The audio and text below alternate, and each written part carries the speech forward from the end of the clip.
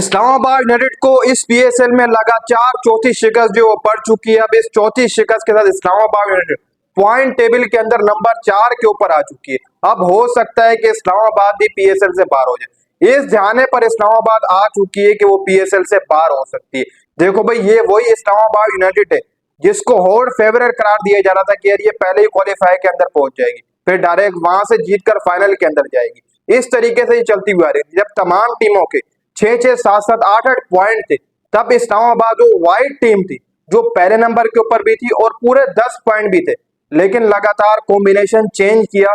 उसके बाद अब इस्लामाबाद को ये चौथी हार पड़ी है। अब इस चौथी हार के साथ इस्लामाबाद यूनाइटेड का इस टूर्नामेंट में कितना सफर रह चुका है, प्ले ऑफ के लिए वो क्वालिफाई करेगी या नहीं करेगी, ये वीडियो आपके लिए भी इंपॉर्टेंट होने वाली है। देखो भाई, अब जो गेम बच चुकी है वो सबसे पहले मैं आपको बता दूं, आज जो मुकाबला है वो बहुत ज्यादा इंपॉर्टेंट और बड़ा मुकाबला है, पेशावर ज़ल्मी वर्सेस कराची किंग। इसी के साथ साथ कल जो मुकाबला है पेशावर ज़ल्मी वर्सेस लाहौर कलंदर, फिर उसके बाद इस्लामाबाद यूनाइटेड कराची किंग, फिर आखिरी मुकाबला है मुल्तान सुल्तान वर्सेस कोयटा ग्लेडिएटर।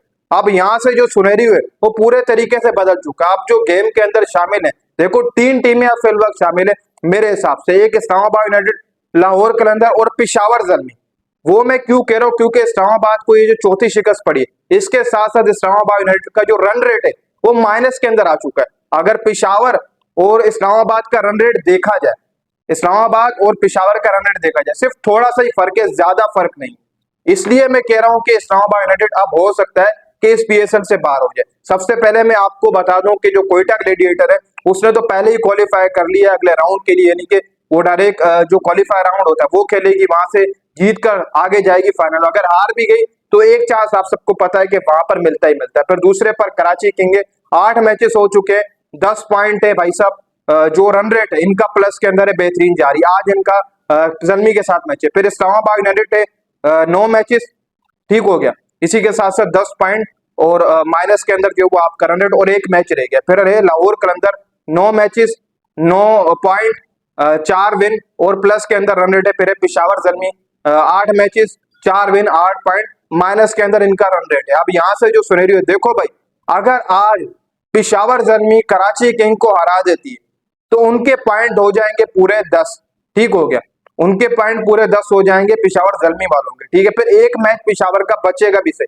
जब उनके 10 पॉइंट होंगे तो हो सकता है कि वो तीसरे नंबर के ऊपर आ जाए, अगर अच्छे रन रेट से हरा दिया। देखो वैसे तो माइनस के अंदर रन रेट है इस्लामाबाद का भी, पेशावर का भी, लेकिन अगर आज पेशावर टाइट रन रेट से कराची को हरा देती है, वो तीसरे के ऊपर आ जाएगी और इस्लामाबाद की पोजीशन हो सकता है कि डाउन हो जाए आज के दिन, मुझे ऐसा लगता है, ठीक हो गया। उसी के साथ साथ फिर कल अगर अगेन ज़ल्मी ने लाहौर को हरा दिया तो ज़ल्मी के दोबारा जो 12 पॉइंट हो जाएंगे और ज़ल्मी आप समझ लें कि दूसरे के ऊपर भी आ सकती है, तीसरे के ऊपर भी रह सकती है, कुछ नहीं कहा जा सकता।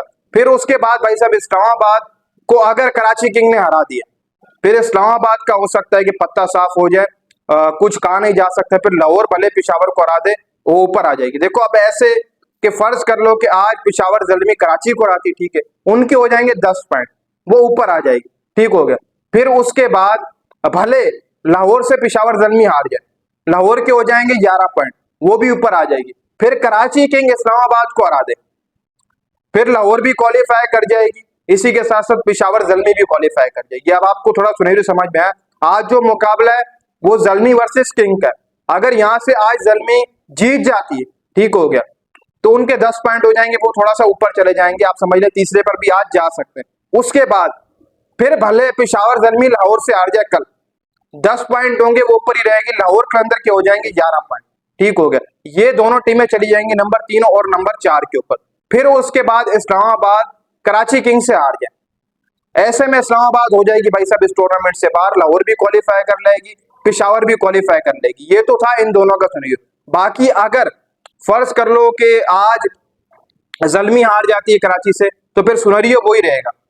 फिर उसके बाद कल लाहौर से जीत जाती है ज़ल्मी, तो सुनहरियो वही रहेगा जो पहले चल रहा था कि आपकी लाहौर या पेशावर में से कौन क्वालिफाई करेगी। फिर इस्लामाबाद ऊपर ही रहेगी। इस्लामाबाद को अगली अपनी गेम हार गई अगर, तो इस्लामाबाद आपकी बाहर हो जाएगी, ये मैं आपको बता दूं कराची किंग से। फिर कराची भी ऊपर रहेगी, ठीक हो गया।